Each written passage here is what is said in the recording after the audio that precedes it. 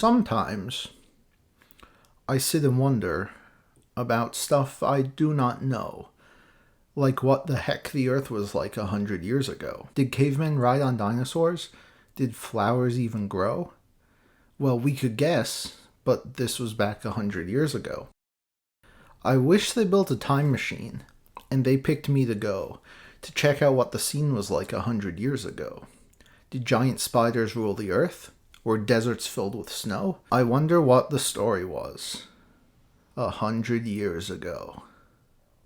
Hello everyone, welcome to my review for Attack on Titan.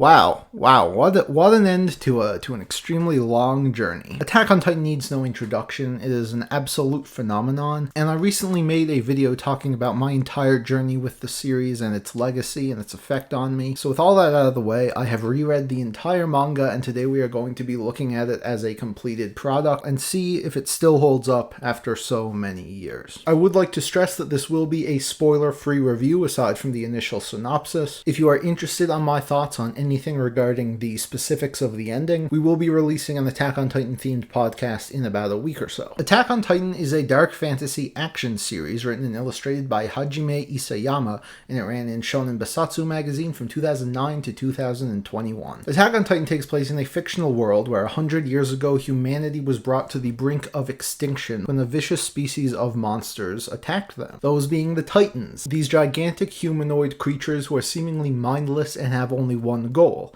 eating every human they see. This attack led to the remainder of humanity locking themselves within these gigantic walls. 50-meter high walls that kept pretty much everything out. The Titans were no longer a problem, and once all of the humans, developed cities and towns and society inside these walls, humanity saw 100 years of peace, and that's where our story picks up. Our protagonist is Eren Yeager, a young boy who is very headstrong, determined, and a bit of a dick. He dreams of one day joining the Survey Corps, a branch of military who venture outside of the walls to learn more about the Titans and the outside world, see if they can discover anything more about the world that the Titans destroyed. His parents are very against this idea because, of course, how dangerous it is, but too fucking bad because shortly after, a massive 60-meter tall Titan appears out of nowhere, smashes through the wall, a huge army of Titans invade the town, Eren's dad goes missing, and his mom gets crushed by a house and promptly gobbled up. And thus begins Attack on Titan. Eren vows revenge on the Titans. He's gonna kill every last one of them. So him, along with his adopted sister, Mikasa, and his best friend, Armin, all enter a training program in hopes of joining the military. And it isn't too long before all three of them are fully fledged members of the Survey Corps. Their new life as soldiers doesn't go quite as planned. As you know, this dude shows back up again and repeats the exact same thing that happened a few years ago. It's worth mentioning that, when the wall was originally destroyed, it basically pushed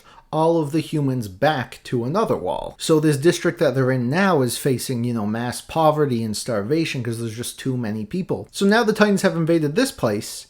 If they don't save it, they're all screwed. So what are they going to do? Well, it seems pretty hopeless, especially considering all of their friends they just graduated with are getting eaten one by one, including Eren. Now, I would normally consider this a spoiler, but come on, this is Attack on Titan. We all know what this series is really about. That's right, when Eren is on death's door, when he gets eaten by a Titan and he's down there decomposing in the belly, he unlocks a secret power that he never knew he had. He becomes a Titan. That's right, Eren can now transform into a 15-meter Titan, which he has full control over. Everyone is shocked at this. His friends who knew him his whole life, the Survey Corps who have been studying Titans for years and have no idea what's going on. Other groups are very scared of his existence. What the fuck is this guy doing? But what's most important is that with Eren and this power on their side, humanity finally has a way to fight back. What follows are a series of arcs where new conflicts arise, most of them involving Titans, and how the Survey Corps deals with them. Along the way, we'll get more insight into the world, what the Titans actually are, and why there are some people inside the walls who seem to want to stop the Survey Corps from learning anything else. Yes, this is a series full of graphic violence, political intrigue, and of course, giant naked men fighting each other. And oh boy do they fight each other. And oh boy did I enjoy this series. What really carries Attack on Titan's story forward in the early parts is the mystery. You immediately want to know what happened to this world?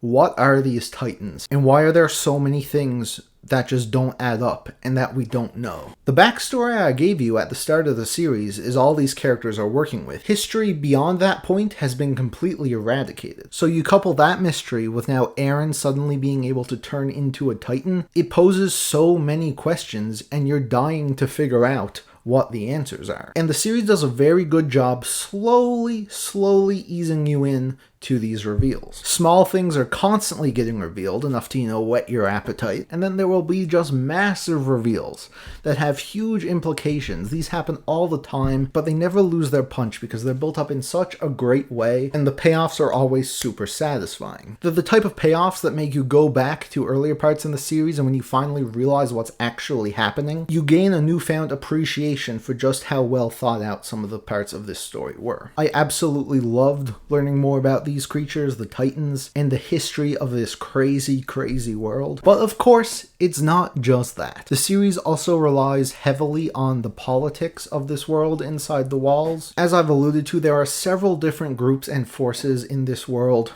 who all have different goals and different motivations. The Survey Corps wanting to find out the truth about the Titans and explore the world more, while groups like the Interior Police, who, protect and control the innermost part of the walls where all of the nobles live, seem to want very different things. You also have cults and shit, you got different revolutions happening all the time. It's all pretty wild stuff, and for the most part, it's handled really well. Isayama's just built such a great world here, where you pretty much understand where everyone is coming from, whether their decisions be good or bad. And when Attack on Titan is in political thriller mode, man, it is really awesome. Now, when it comes to the action scenes, Attack on Titan is very unique in that you have these tiny humans going up against these gigantic monsters. So the way that the humans have evolved theirself and their technology to defeat these things, it was a really interesting part of the series, and how they actually go about fighting them involves a ton of strategy, which makes each new action set piece, the stakes could be really high, it could be visually enthralling, but for the most part, they're always really smartly done. A lot of thought went into how these scenarios play out. And when all of these elements are mixed together, you get a series that is extremely entertaining. And I haven't even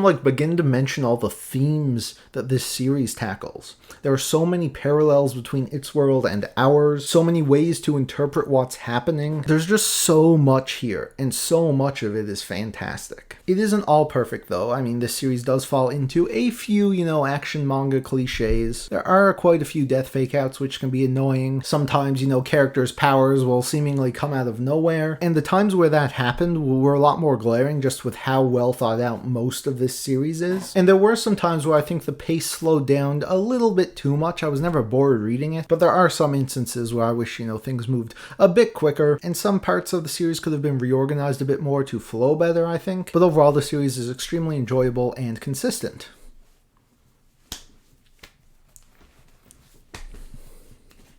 Until the last 20 chapters. Yes, Attack on Titan reaches its climax, a massive endgame that spans about 20 chapters, and in many ways, it delivers. We get to see some things we always wanted to see, there are some excellent payoffs, and we have some of the most anxiety-inducing battles in the whole series, because of course the stakes have never been higher. But at the same time, there's a lot of stupid shit that happens in this final part of the series. Whether they be new details about the plot that don't really work for me, characters making stupid decisions, and a lot of the action just seems dumbed down from what we used to get when there used to be so much strategy. Now it felt like shit was just happening. And all of this makes me feel very mixed on the ending of Attack on Titan, especially the final chapter, which I'm sure many of you know has been quite polarizing. Some people saying it's one of the best endings they've ever seen. Some people say it's the worst ending they've ever seen, period.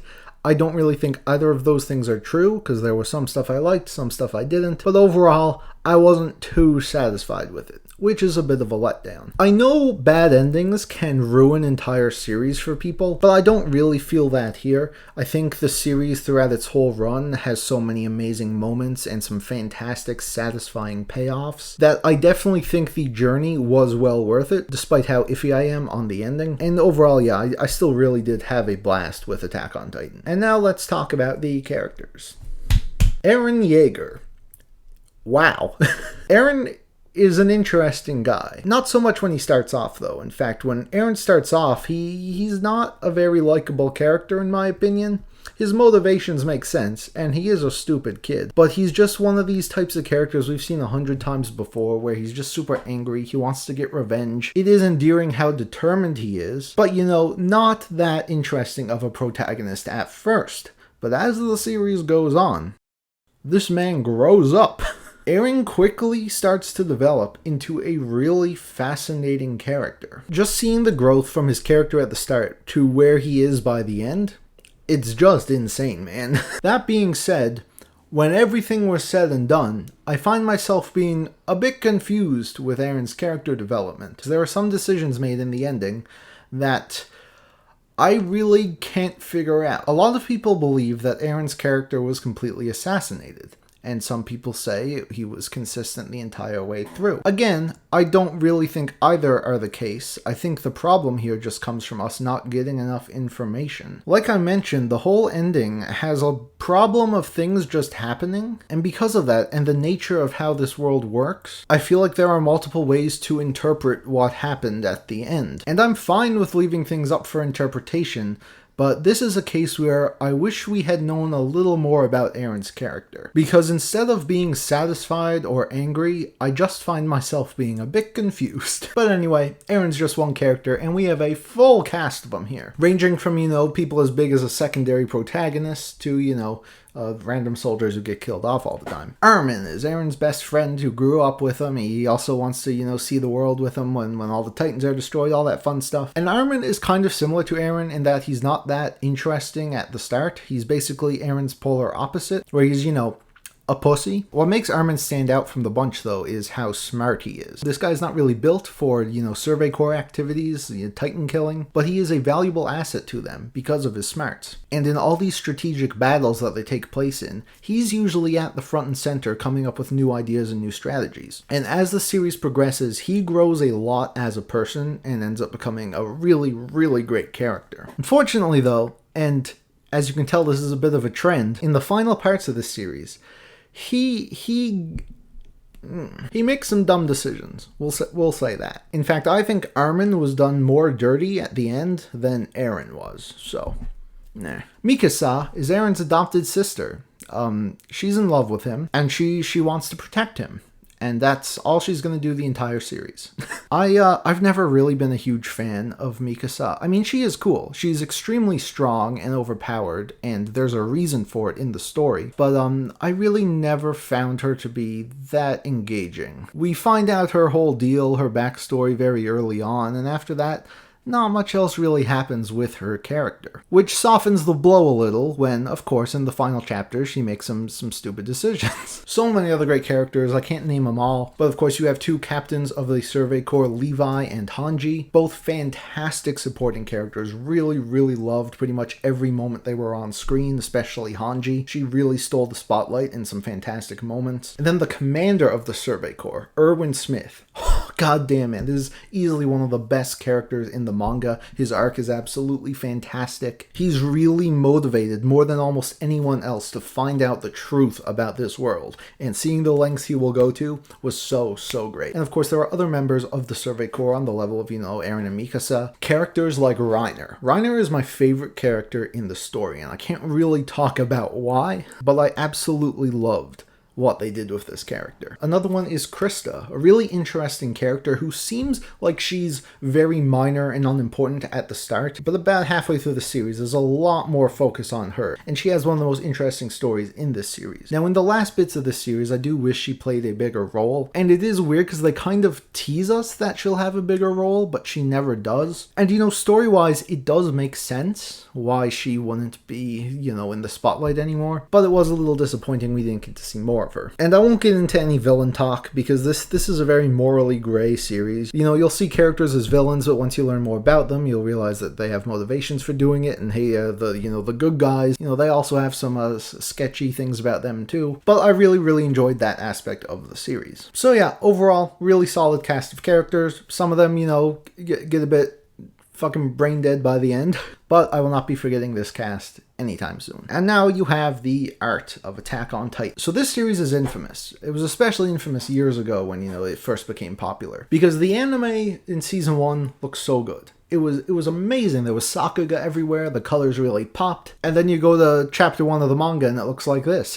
Yes, Isayama's early art, let's just say it was not really at the standard you're used to for professional manga. A lot of things just aren't very detailed.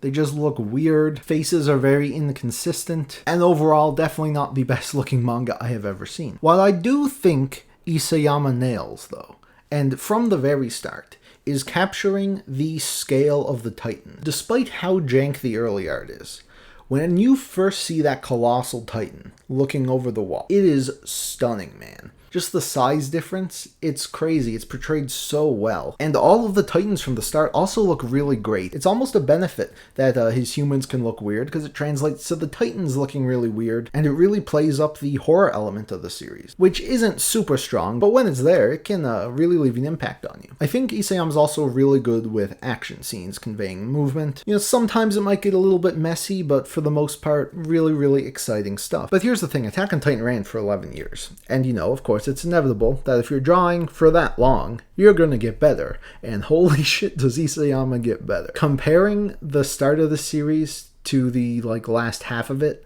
is just insane, man, how good this guy got. There are still a few problems here or there. I'm still not really a huge fan of how he draws his characters. But man... Some of the later parts of this manga are just breathtaking. And even in the later parts, where I wasn't that happy with some of the decisions they made in the story, I was still always entertained and still excited to see what comes next, because I knew there could just be some amazing art around the corner, and there usually was. So yeah, started off quite rough, but by the end, if Isayama does something else after this, I'm really excited to see it. So there you go, that was my review for Attack on Titan. Oh my god, it feels weird. It feels weird that it's over, man. I've been reading this monthly for 6 years now. Oh man. But yeah, it wasn't perfect. I don't think it's this, crazy masterpiece. But for the most part, I thoroughly enjoyed it. So, yeah, 8 out of 10. If you're interested in reading Attack on Titan, Kodansha is printing the series. I believe they only have 2 volumes left. There will be 34 when it's all over. They also have 5-in-1 Colossal editions, which are just ridiculous. They have box sets, and they have a 3-in-1 edition coming out. So there's a whole bunch of different ways you'll be able to read Attack on Titan. There is also the anime series, which currently has adapted about 29 of the 34 volumes. I think the first 3 seasons are fantastic. Wit Studio knocks it out of the park, and they really, really elevate a lot of the parts of this manga, especially when the art in the manga wasn't that great. And while season 4 from MAPPA still does the job, it's still very enjoyable. It's definitely a visual downgrade, and with the art in the manga getting better and better, my recommendation for, the best visual experience would be to watch the first 3 seasons and then switch to the manga, but that's just me. Whatever, you do you. There's also a bunch of spin-offs I've never read. I have read Attack on Titan Junior High, though. For alternate recommendations, let's go Berserk. There's another series with a very ruthless world, a lot of breathtaking action sequences, and a lot of depth to the story and characters. I would also recommend the original Tokyo Ghoul series. Another world full of creatures and humans fighting the creatures, a whole bunch of different groups going at it. It's a much smaller scale story than Attack on Titan, obviously, but it did give me a lot of the same vibes. And there you go. Thank you all so much for watching. You can leave your thoughts on Attack on Titan and this review in the comments down below. Just a reminder, we will have a podcast out soon discussing all the spoilery details of the ending. And with that, I will see you guys soon for whatever I decide to do next.